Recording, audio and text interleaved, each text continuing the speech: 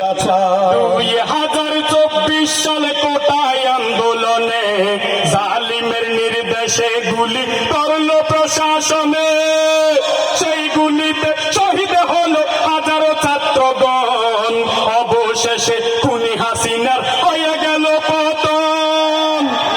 18 কোটি জনগণ আজ আছে হুঁশিয়ার, বীর চট্টলার জনগণ আজ আছে হুঁশিয়ার, এই দেশে আর পার পাবে না আওয়ামী স্বৈরাচার, এই দেশে আর ঠাঁই পাবে না জালিম স্বৈরাচার।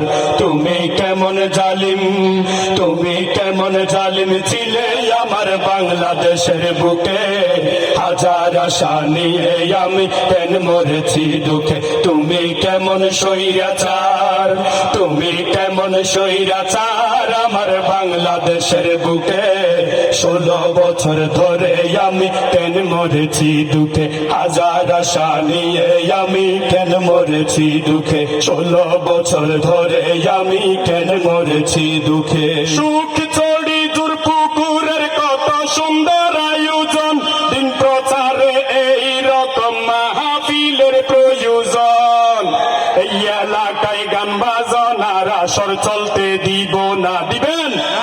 সুখ চড়িতে মদ জোয়ার আসর চলতে দিব না, সুখ চড়ি যুবক ভাইদের এটাই হলো ঘোষণা।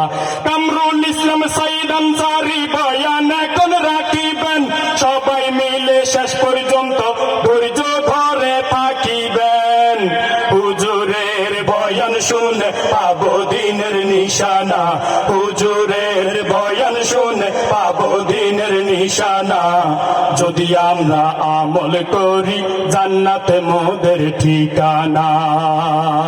আসসালামু আলাইকুম ওয়া রাহমাতুল্লাহি ওয়া বারাকাতুহু। আলহামদুলিল্লাহ সুম্মা আলহামদুলিল্লাহ।